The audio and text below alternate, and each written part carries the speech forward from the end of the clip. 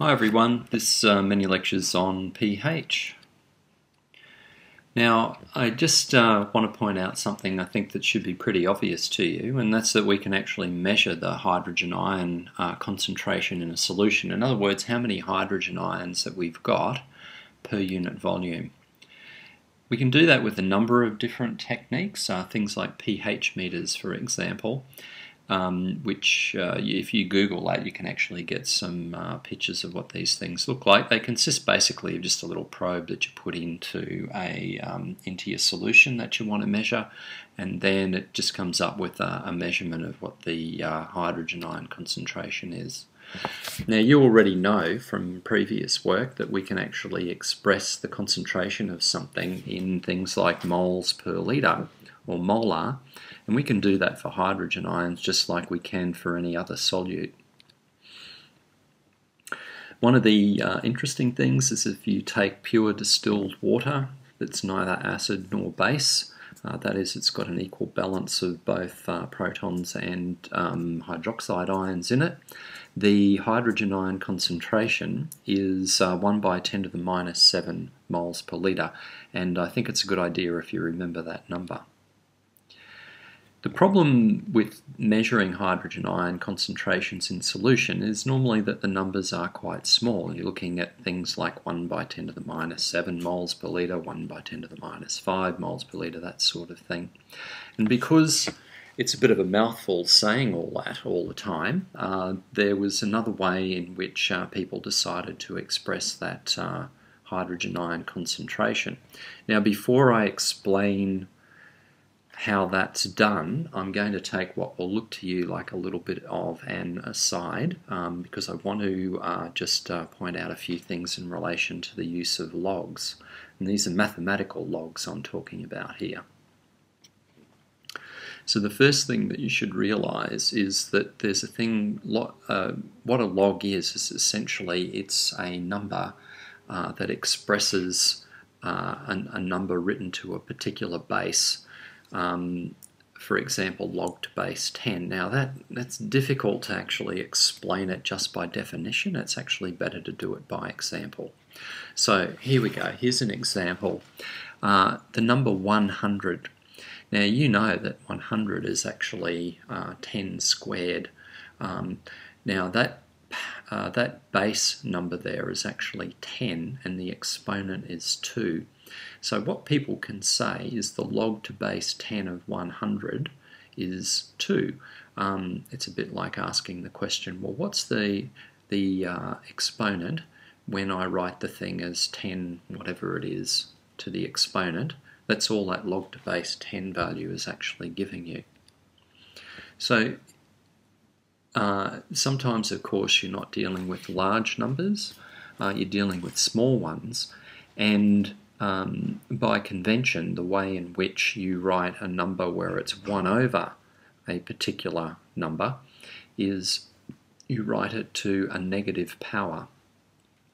So, for example, 1 over 1,000 can be written as 10 to the minus 3.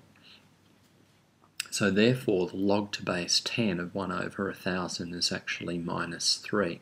So what you're doing, I guess, is you're cutting out all that rigmarole with the exponents, etc., and just saying the log to base 10 of this is, and you just get a nice simple number. The other point I should make to you is that sometimes a figure, of course, isn't going to be quite so easy as just 10, 100, 1,000, or any number that's just a multiple of 10. But there are ways of actually figuring out the logs of numbers that aren't factors or multiples of 10. The major point is this one. So when you're using logs, it allows you to write very small or very large numbers in quite a simple fashion. So where do we go from here? Well, we can actually use this idea of logs to then start thinking about how we might express a number like this. So we've got a hydrogen ion concentration of 1 by 10 to the minus 7. Well, of course, and that's moles per litre. We can actually write it in this notation here, where these square brackets means concentration of hydrogen ion equals 1 by 10 to the minus 7 molar. Let's then say, well, all right, we're going to express the hydrogen ion concentration using a new term, and we'll call it LH, where L stands for log. So, and H stands for hydrogen ion concentration, this symbol here, right? So here it is, here's our new expression. LH is equal to log to the base 10 of the hydrogen ion concentration. So now when I'm thinking about hydrogen ion concentrations, I can just simply say, well, my LH value, if it was this figure here of 1 by 10 to the minus 7, our LH value will be -7. Now you can see that's much simpler than writing 1 by 10 to the minus 7. If I say it's LH, I just say the number is -7. I know it's a log of the concentration of those protons in molar. There's a problem with this particular definition that we've used here, and as I said to you before, all of these concentrations are going to be quite small, so they're all going to be numbers like -1, -2, -3.2, -5, -5.6, that sort of thing. So there's a negative involved. Can we actually define something that will get rid of that negative value? And there is. So how do we do that? Well, what we do is let's define another term. Let's call it pH. So what does P mean? It actually means negative log to base 10. Now, the important point here is that negative there means it's actually -1 times the value of the log to base 10 of whatever number it is you're considering. So when we think about a concentration like 1 by 10 to the minus 7, the log of that is -7. Here, this is -7, but now I'm multiplying -7 by -1, which means it's now positive. So the pH of that solution, which is the negative log to base 10 of the hydrogen ion concentration, is now 7. It's a positive number. So this becomes extremely useful, and no doubt you've come across the term pH, and that's precisely what it refers to. You can actually from the pH work out exactly what the concentration is in moles per litre. So here's an example. What is the pH of a solution where the hydrogen ion concentration is this figure here?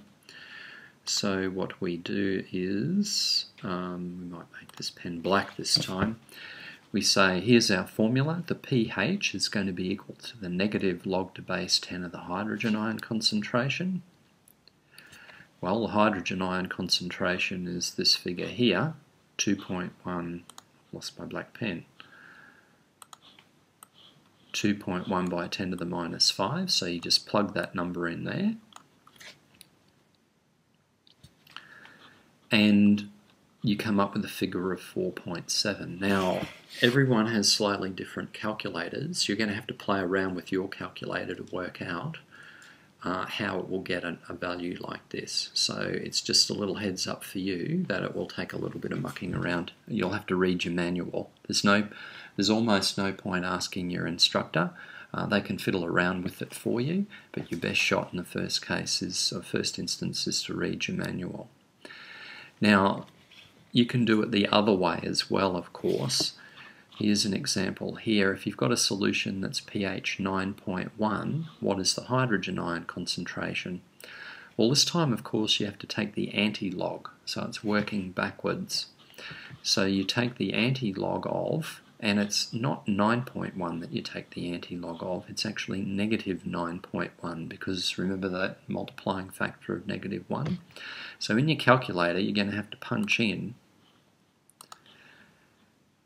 -9.1 and then whatever buttons you need in order to get the anti-log of that number. When you do so, there you go, you've now got your hydrogen ion concentration in molar.